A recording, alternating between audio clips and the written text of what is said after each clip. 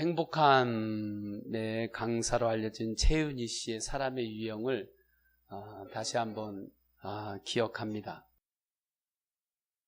첫째, 친구 따라 강남 유형이죠. 친구만 보고 따라가는 거예요.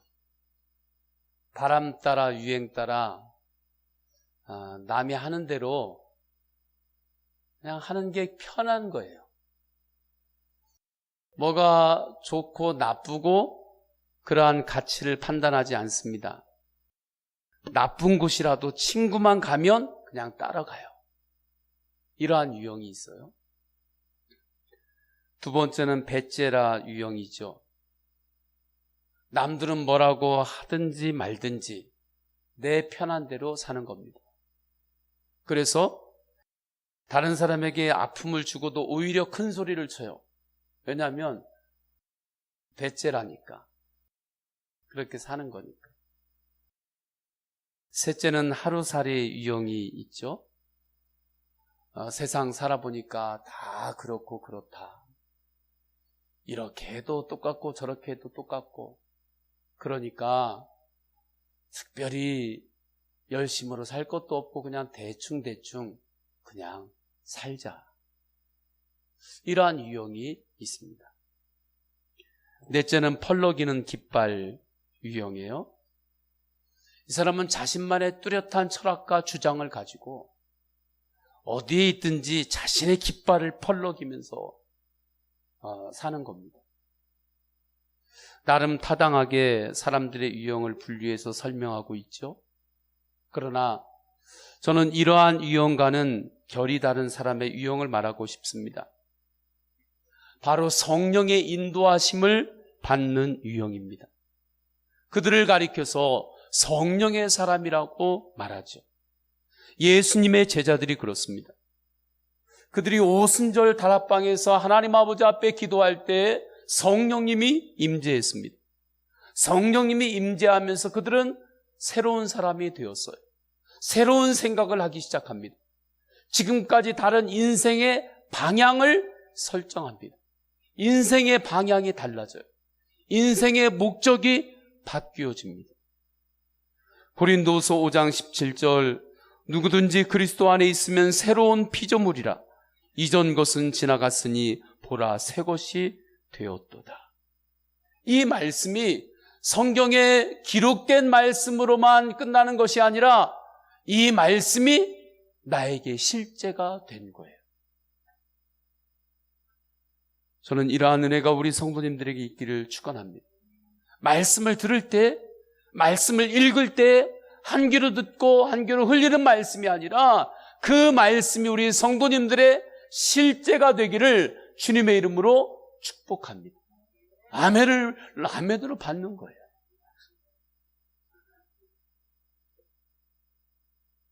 구체적으로 제자들이 성령의 사람으로 살게 되었는데, 그러면 성령의 사람으로 사는 것이 무엇인가?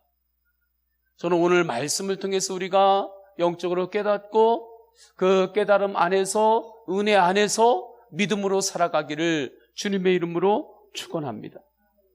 성령의 사람의 첫째 특징은 영적 자존감으로 살아갑니다. 그것이 특징이에요. 요즘 사람들은 이전보다 자존감을 아주 중요하게 여깁니다. 좀 그렇게 오래되지 않은 때에 자존감이라고 하는 그 분야에 대해서 사람들이 생각을 그렇게 못했어요. 그런데 요즘 들어서는 아주 자존감을 중요하게 생각합니다. 심리학이 발전하면서 그렇죠. 현대 심리학은 이렇게 이야기합니다. 모든 사람에게는 열등감이 있다. 그래서 자존감을 높이는 것이 그 정신 건강에, 여러 가지 건강에 아주 도움이 된다. 이롭다. 그렇게 말해요. 그러니까 서점이라든지 보면은 자존감에 대한 책들이 그래서 얼마나 많이 나오는지 모릅니다.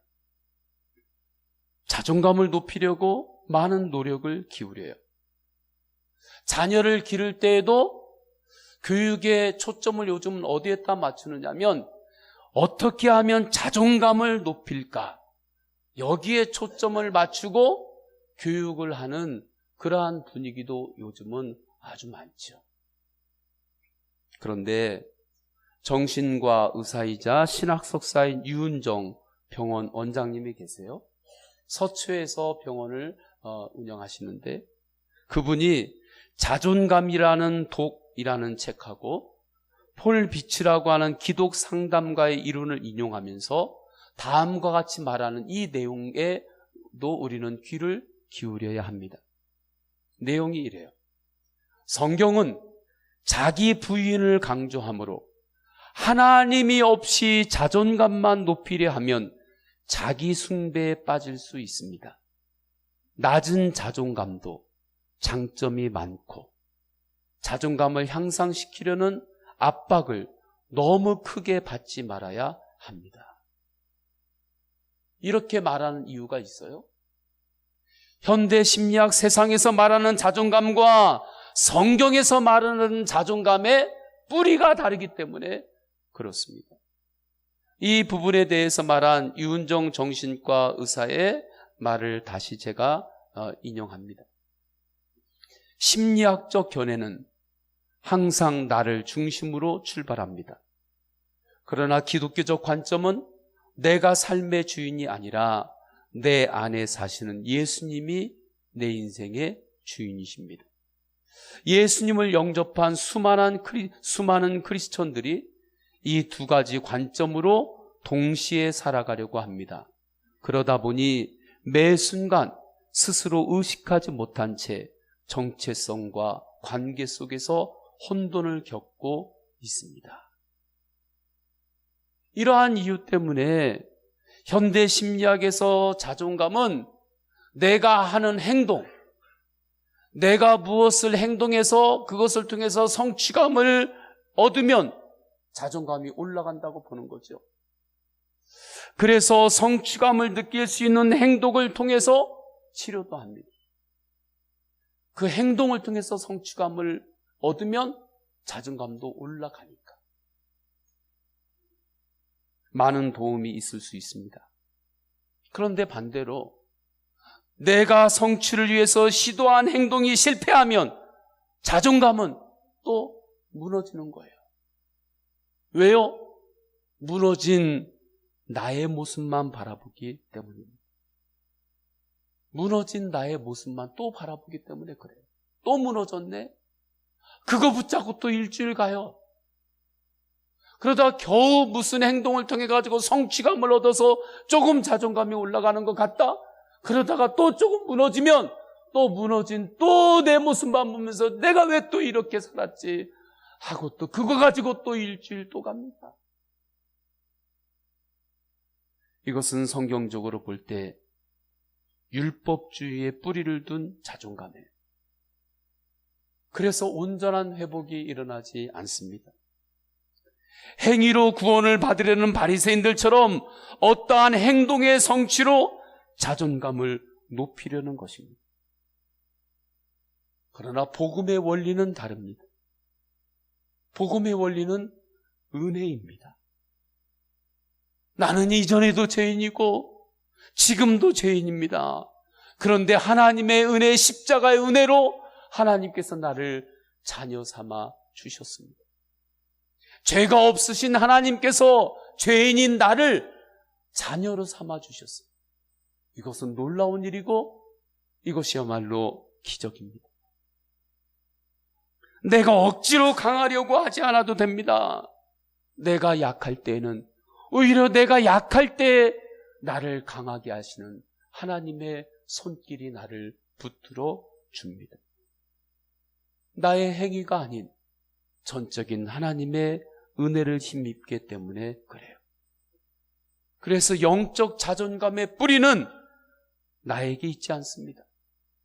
하나님께 있습니다. 영적 자존감의 뿌리는 내가 조금 뭘 잘하고 못하고 그 행동에 있지 않고 나를 향한 하나님의 은혜와 사랑에 있습니다. 그래서 우리는 맥그레스 신학자가 말한 말이 있는데, 우리의 자존감은 내가 나를 어떻게 생각하고 남이 나를 어떻게 생각하느냐가 아니라 하나님이 나를 어떻게 보시느냐에 근거해야 한다라는 말을 마음에 새겨야 돼요. 남이 나를 어떻게 볼까? 이것으로만 살지 말기를 축원합니다. 믿음의 삶은 뭐냐면, 남이 나를 어떻게 볼까? 내가 생각할 때 나는 왜 이렇지? 이게 아니라 하나님이 나를 보실 때 어떻게 보시나? 여기에 뿌리를 두고 믿음으로 사는 거예요. 그렇다면 하나님께서는 성도님을 어떻게 보시고 계실까요? 14절을 보십니다. 우리 14절을 다 함께 읽습니다. 시작. 무릇 하나님의 영으로 인도함을 받는 사람은 곧 하나님의 아들이라. 하나님의 영으로 인도함을 받는 사람, 이 시간에 우리가 하나님께 예배드리기 위해서 나올 때에도 이것도 하나님의 영을 인도함을 받아 주님 앞에 예배하는 거예요. 내가 나오고 싶어서 나온 것 같지요. 그러나 그렇지 않습니다. 하나님의 인도함이 성도님들 가운데 있기 때문에 주님 앞에 나온 거예요. 주님의 인도함을 받는 성도를 주님께서 뭐라고 말씀하십니까? 아들이라고 말씀합니다. 나의 사랑하는 딸이라고 말씀합니다. 그래서 15절에 너희는 다시는 무서워하는 종의 영을 받지 아니하고 양자의 영을 받았으므로 우리가 아빠, 아버지라고 부르짖느니라 말씀하시는 거예요. 우리가 하나님을 아버지라고 부를 수 있는 것, 정말 놀라운 은혜입니다. 아마 유대인들이 있을 때 그들이 하나님을 아빠, 아버지라고 부르면 아주 깜짝 놀랄 거예요. 신성 모독이라고 할 겁니다. 이슬람에서도 알라를 아버지라고 부르지 못합니다. 불교 신자들도 부처님을 아버지라고 부르지 않습니다. 그러나 예수님을 믿는 우리들은 하나님을 아빠, 아버지라고 부릅니다. 나의 인격이 훌륭해서가 아닙니다. 내가 지식이 많고 재물이 많아서도 아닙니다. 남보다 무엇을 잘해서 성취감을 가지고 그것을 성취했기 때문도 아닙니다. 오직 예수 그리스도의 십자가의 사랑과 은혜로 하나님께서 우리를 자녀 삼아주셨기 때문입니다. 십자가의 사랑은 우리가 완벽하게 무엇을 잘 되었을 때, 우리가 완벽하게 성숙이 되었을 때 임한 사랑이 아닙니다. 내가 죄인 되었을 때에도 우리에게 찾아오신 사랑입니다. 그래서 로마서 5장 8절에 우리가 아직 죄인 되었을 때에 그리스도께서 우리를 위하여 죽으심으로 하나님께서 우리에 대한 자기의 사랑을 확증하셨느니라. 은혜예요. 이 은혜를 믿기만 하면 됩니다.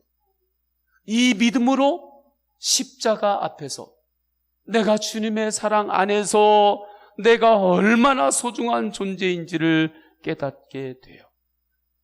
나를 위해서 죽기까지 사랑하신 예수님을 바라보기 때문입니다. 성도님을 위해서 대신 죽어줄 사람이 있습니까? 누군가 나를 위해서 대신 죽어주는 사람만 있어도 우리는 그 사람을 평생 잊지 못하고 그 은혜를 평생 잊지 못하고 우리는 살겠죠. 그런데 나를 위해서 나의 죄를 대신해서 대신 죽으신 예수 그리스도께서 계십니다. 지난주에 원주 청년관이 있습니다. 원주 기독 세브란스 병원 앞에 그 원주 청년관하고 강원 기독교 방송 CBS하고 함께하는 숨 콘서트가 있어요. 그 숨 콘서트의 축도를 맡아서 그곳에 갔습니다. 가서 누구를 만났냐면 조수아 씨라고 하는 찬양 가수를 만났어요. 그분이 이렇게 고백합니다. 자기가 찬양 사역을 하는데 너무 힘들었대요. 너무 힘들어서 포기하려고 했을 때 주님께서 자신에게 찾아와서 하나의 노래를 주셨다는 거예요. 그것은 또 하나의 열매를 바라시며 였습니다. 그분은 그렇게 표현하더라고요. 이 노래는 내가 노래를 찾아간 게 아니라 노래가 나를 찾아왔대요. 본인의 노래인데 그렇게 표현을 해요. 그러면서 찬양을 하는데 그 찬양의 가사가 이렇습니다. 감사해요. 깨닫지 못했었는데 내가 얼마나 소중한 존재라는 걸. 태초부터 지금까지 하나님의 사랑이 날 향하고 있었다는 걸. 고마워요. 그 사랑을 가르쳐준 당신께, 주께서 허락하신 당신께, 그리고 마지막에 또 하나의 열매를 바라시며 라고 하는 내용이에요. 그러니까 조수와 찬양 가수가 너무 힘들어서 사역을 포기하고 싶었을 때 다시 일어설 수 있는 힘은 무엇이었는가? 하나님 안에서 자신이 얼마나 소중한 존재인지를 알았기 때문입니다. 포기하려고 했을 때는 자신의 연약함을만을 보았어요. 자신의 약함만, 자신의 허물만 바라보았을 때는 포기하고 싶었습니다. 도저히 나는 할 수 없다고 생각했습니다. 그러나 믿음의 눈을 열어서 질그릇과 같은 내 안에 있는 예수 그리스도를 바라보았습니다. 그때 놀랍게 하나님이 위로하신 거예요. 하나님의 격려가 임했습니다. 하나님이 주시는 힘이 공급이 되었습니다. 저는 이 시간에 우리 성도님들이 예배 드릴 때 하나님이 주시는 위로가 성도님들에게 임하기를 축원합니다. 하나님이 주시는 격려와 하나님만이 공급하실 수 있는 힘이 이 시간에 우리 성도님들에게 임하기를 주님의 이름으로 축원합니다. 성도님들 안에 계시는 예수님 이유 하나만으로 성도님들은 존귀합니다. 그러니까 자꾸 내 힘으로 어떻게든지 일어나려고 하지 마십시오. 내 힘으로도 용서하려고도 하지 말고 내 힘으로 어떻게 살아보려고 하는 그 마음을 내려놓고 오직 십자가 예수 그리스도를 바라보십시오. 그러면 주님이 다시 용기를 주시고 주님이 다시 힘을 주십니다. 그렇게 전능하시고 사랑이신 예수님이 나와 함께 하시니 한 사람 한 사람이 얼마나 소중한 분입니까? 우리 옆 사람에게 인사할까요? 성도님은 소중한 분이십니다. 정말 소중한 분이십니다. 다시 묻습니다. 여러분이 무엇 때문에 소중합니까? 여러분이 세상에서 이룬 성취 때문입니까? 지식입니까? 건강입니까? 물질입니까? 아닙니다. 여러분 안에 계신 예수 그리스도 때문입니다. 옆 사람이 왜 소중합니까? 그 사람의 겉모양 때문입니까? 그 사람이 가지고 있는 힘 때문입니까? 아닙니다. 옆 사람 안에 계시는 예수 그리스도 때문입니다. 이것을 알 때에 우리는 주님의 음성, 성령의 음성을 듣게 되는 거예요. 글을 읽다가 하늘꿈 학교 탈북 청소년 제자훈련을 받던 한 자매가 간증했던 내용을 이제 목사님이 표현한 글을 읽은 적이 있습니다. 탈북한 청소년 분들이 있는데 그 친구들이 좀처럼 마음을 열지 않는다고 합니다. 마음을 열지 않으니까 예수님도 잘 영접을 하지 않는 거예요. 그리고 자신의 아픈 과거에 대해서 입을 열려고 하지를 않습니다. 왜냐하면 내 입으로 그 아픈 과거를 말하는 것조차도 힘들기 때문에 아예 그걸 닫는 거죠. 그러다가 제자훈련 5주차가 지날 때 성령님이 임재하면서 자매가 예수님을 영접을 했습니다. 그러면서 그 자매가 그 하나님이 주시는 은혜를 간증한 내용의 글이에요. 제자훈련을 시작할 때 삶이 너무 힘들어서 죽고 싶을 만큼 최악의 시간을 보내고 있었다고 합니다. 하굣길에 버스를 타고 가는데 성령님께서 마음에 이렇게 말씀하시는 것 같았다는 거예요. 그날도 힘들다 그런 생각으로 가고 있었는데 성령님이 힘드니? 많이 힘드니? 그렇게 물으시더라는 거예요. 그래서 마음으로 예, 힘들어요. 너만 그런 게 아니다. 모두 다 그래. 사람마다 다 형편은 달라도 사람마다 다 힘든 부분이 있단다.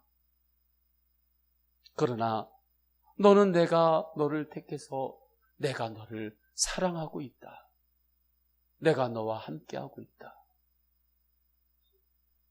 제자훈련을 섬기는 선교사나 목사님이나 선생님이나 너나 내가 똑같이 사랑한다. 때가 다를 뿐이다. 쓰임받는 시기만 다를 뿐이다. 그 자매가 기쁨의 눈물을 흘리며 고백한 내용입니다. 우리는 내 안에 계시는 예수 그리스도를 바라볼 때 우리는 주님의 음성을 듣습니다. 질그릇과 같은 나의 허물만 바라보지 마십시오.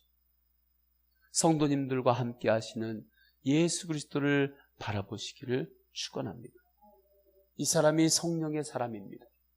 영적 자존감으로 믿음으로 사는 사람이에요. 두 번째, 성령의 사람은 미래를 준비한 삶을 살아요. 11절 우리 다 함께 읽습니다. 11절 시작. 예수를 죽은 자 가운데서 살리신 이 영이 너희 안에 거하시면 그리스도 예수를 죽은 자 가운데서 살리신 이가 너희 안에 거하시는 그의 영으로 말미암아 너희 죽을 몸도 살리시리라. 아멘. 너희 안에 거하시는 그의 영으로 말미암아 성령으로 말미암아 너희 죽을 몸도 살리시리라. 이 말씀은 궁극적으로 천국에서의 영생을 뜻합니다. 성령의 사람은 이미 천국을 준비한 사람입니다. 우리의 육신이 있잖아요. 이 육신이 죽는 것은 예수님을 믿는 사람이나 안 믿는 사람이나 동일하게 죽습니다. 한 번은 이 눈에 보이는 이 몸은 예수님을 믿어도 죽고 안 믿어도 죽고 누구나 다 동일하게 죽어요. 그러나 예수님을 믿지 않은 사람은 자신의 죄값에 대한 책임을 내가 스스로 져야 되니까 죄에 대한 책임을 지면서 죄값을 받아 지옥으로 갑니다. 이것을 둘째 사망이라고 해요. 그런데 예수 그리스도를 믿는 사람은 죽은 후에 주님의 십자가의 은혜에 힘입어 부활의 몸으로 천국에서 영생합니다. 그래서 예수 그리스도를 믿는 사람은 육신의 죽음 한 번만 있습니다. 둘째 사망이 없어요. 그래서 너 그의 영으로 말미암아 너희 죽을 몸도 살리시리라 말씀하는 겁니다. 이 진리에 비추어 볼 때에 성령의 사람은 영원한 미래 천국을 이미 준비한 사람입니다. 그렇다면 영원한 미래 천국을 믿음으로 준비한 성도는 이 땅에서 어떠한 삶을 살아야 할까요? 우리가 죽어서 천국 가는 것 이것만 중요한 것이 아니라 천국 백성이 된 성도는 지금 내가 살아가고 있는 이 땅에서 어떠한 삶을 살아야 되는 것. 이것도 중요합니다. 주님은 말씀합니다. 내일을 염려하지 말아라. 내일을 염려하지 말고 감사함으로 오늘을 살아라. 우리 따라서 하겠습니다. 내일을 염려하지 말고 감사함으로 오늘을 살겠습니다. 마태복음 6장 34절에 내일 일을 위하여 염려하지 말아라. 내일 일은 내일이 염려할 것이요 말씀해요. 내일의 염려는 주님께 맡기고 하루하루를 주님을 바라보면서 믿음으로 사시기를 축원합니다. 감사함으로 사시기를 축원합니다. 한 걸음 한 걸음 주님을 바라며 한 걸음을 내디디시기를 바랍니다. 내 눈으로 전체가 안 보일 때가 있어요. 앞뒤 좌우가 다 안 보이고 당장 눈앞에 있는 것밖에 보이지 않을 그럴 때가 있습니다. 그때 주님을 바라보며 한 걸음 한 걸음 주님을 바라보며 내딛는 거예요. 할렐루야. 내일의 염려는 주님께 맡기고 그러면 주님께서 인도하시는 영역이 있습니다. 새로운 영역이 있어요. 주님께서 인도하시는 합력하여 선을 이루시는 그 영역이 있습니다. 그 주님을 믿고 사는 것이 믿음 생활이에요. 할렐루야. 성도는 성령의 사람입니다. 성령의 사람은 영적 자존감을 가지고 살아갑니다. 영적 자존감은 행위와 성취에 근거하지 않습니다. 하나님의 은혜에 근거합니다. 성령의 사람은 미래를 준비한 삶을 살아가요. 성도의 궁극적인 미래는 천국입니다. 믿음으로 천국 백성이 된 사람은 내일을 염려하지 않고 감사함으로 오늘을 삽니다. 매주 강단에서 말씀이 흐릅니다. 강단에서 기도하고 찬양할 때 축복의 강이 흐릅니다. 저는 우리 성도님들이 이 강단의 말씀, 강단의 은혜가 성도님들의 가정과 일터로 직수로 이렇게 연결하듯이 그렇게 연결되어 흐르기를 원합니다. 그 환상을 가지고 기도하십시오. 그 환상을 가지고 주를 찬양하십시오. 이 시간에 그렇게 믿음으로 주를 찬양할 때 하나님 아버지 앞에 주님, 제가 주님의 그 사랑을 바라봅니다. 하나님의 사랑을 사모하는 자 우리 다 함께 찬양하겠습니다. 주님, 제가 성령의 사람으로 살겠습니다. 하나님의 사랑, 하나님을 바라봅니다. 하나님의 평안을 바라보자. 너의 모든 것 창조하신 우리 주님, 너를 얼마나 사랑하나. 하나님께 찬양과 경배하는 자, 하나님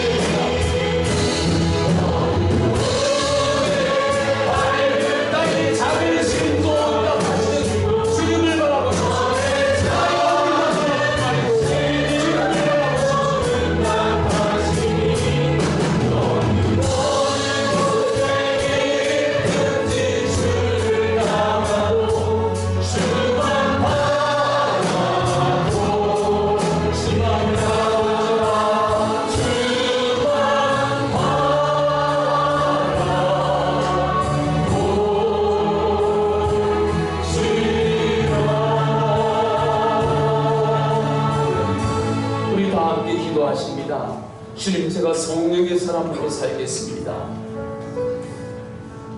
내일의 염려는 주님께 맡깁니다. 그리고 오직 주님을 바라보며 믿음으로 오늘을 살겠습니다.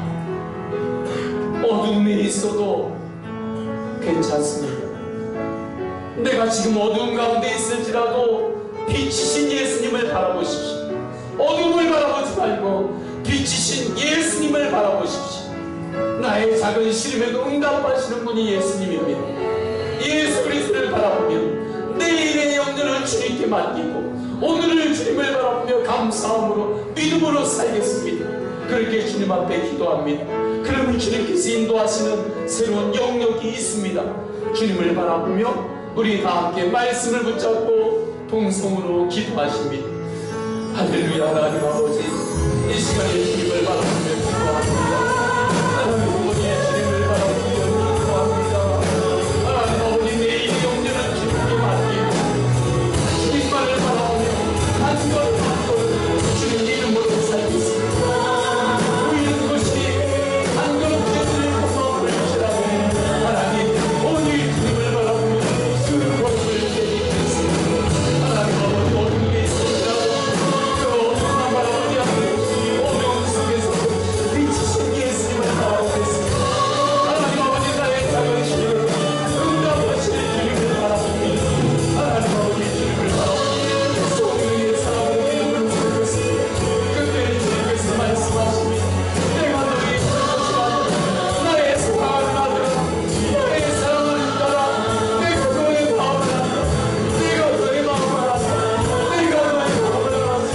내가 네 십자가에 있어 너의 모든 일을 안다. 내가 십자가에 있어 너 좋아했다. 주님께서 말씀하십니다. 하나님 아버지, 주님을 바라봅니다. 하나님 아버지, 예수 그리스도를 바라봅니다. 예수님을 바라봅니다. 하나님 아버지, 이루어지는 일을 하나님 아버지, 주님을 바라보고 나가요.